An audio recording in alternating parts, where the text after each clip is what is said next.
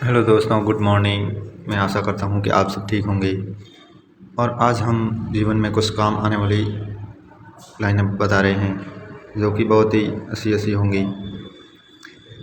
Doctor APJ Abdul Kalam जी की लाइनें बता रहे हैं जो हमें जीवन में हमेशा याद रखनी चाहिए और हो सके तो उसे अमल भी करना चाहिए कि ज़िंदगी में कभी किसी को बेकार मत समझना। ज़िंदगी में कभी किसी को बेकार मत समझना, क्योंकि बंद पड़ी घड़ी भी दिन में 2 बार सही समय बताती हैं। ज़रूरी नहीं हर कोई लोग गलती होए, कभी कभार हम भी गलती कर बैठते हैं, तो हमें उस गलती को स्वीकार करना चाहिए। फिर सेकंड नंबर है कि किसी की बुराई तलाश करने वाले इंसान की मिसाल उस मक्खी की तरह है जो सारे खूबसूरत जिस्म को छोड़कर केवल जख्म पर ही बैठती हैं। मक्खी होती हैं वो खूबसूरत जिस्म पर यानी खूबसूरत शरीर पर कभी नहीं बैठती हैं, वो केवल जिस्म के जहाँ पर जख्म हो रखा है वहीं पर बैठती हैं। टूट जाता है गरीबी में वो रिश्ता जो खास होता है, हज़ारों यार बनते हैं जब पैसा पास होता है। तो हमारे को केवल पैसों को महत्व ही नहीं देना है, हमारे को ऐसे ऐसे लोगों से जिनके संस्कार ऐसे हो, जिनसे हमें रोज़ाना की लाइफ में कुछ सीखने को मिलता है, उनको हमें यार दोस्त बनाना है। सोता है मुस्कुरा कर देखो तो सारा जहां रंगीन है, वरना भींगी पलकों से तो आईना भी धुंधला नज़र आता है। मुस्कुरा कर हमेशा चेहरे पर मुस्कुराहट बनी होनी चाहिए। हमारे अगर आंखों में पानी हो तो अपन को जो आईना या दर्पण होता है वो भी हमेशा धुंधला ही नज़र आएगा। जल्द मिलने वाली चीज़ें ज़्यादा दिन तक नहीं चलती और जो चीज़ें ज़्यादा दिन तक चलती हैं वो जल्दी नहीं मिलती हैं, क्योंकि जो चीज़ें ज़्यादा दिन तक चलती हैं उसके लिए अपन को मेहनत करनी पड़ती है। बुरे दिनों का एक अच्छा फ़ायदा ऐसे ऐसे दोस्त परखे जाते हैं। जब हमारा बुरा टाइम होता है तो हमें हमारे जो डेली के ऐसे ऐसे दोस्त हैं उनकी हैसियत अपन को पता चल जाती है। तो बुरे दिनों का एक ये फ़ायदा होता है।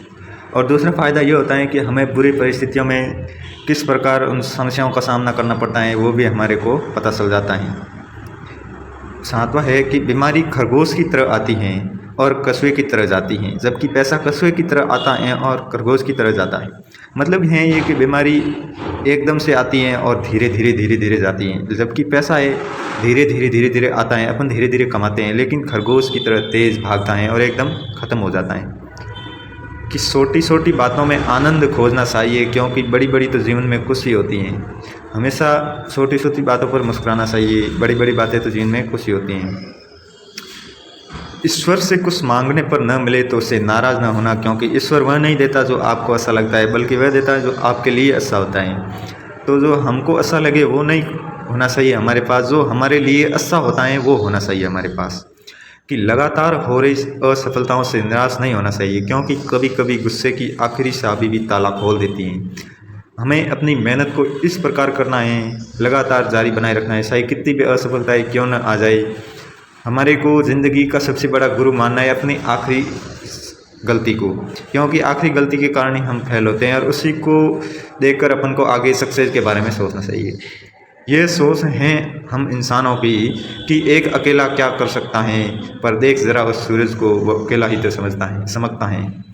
हम इंसानों की सोच होती है कि अगर वो हमारे साथ रहेगा तो हम उससे ज़्यादा बेटर कर सकते हैं। हाँ, ज़रूरी है टीम वर्क में लोगों को फ़ायदा मिलता है, लेकिन एक सूरज है जो अकेला भी तपता है और पूरी धरती आसमान सभी को तबा देता है, जल को भी तबा देता है। तो अकेले में भी शक्ति होती है, ऐसा नहीं है।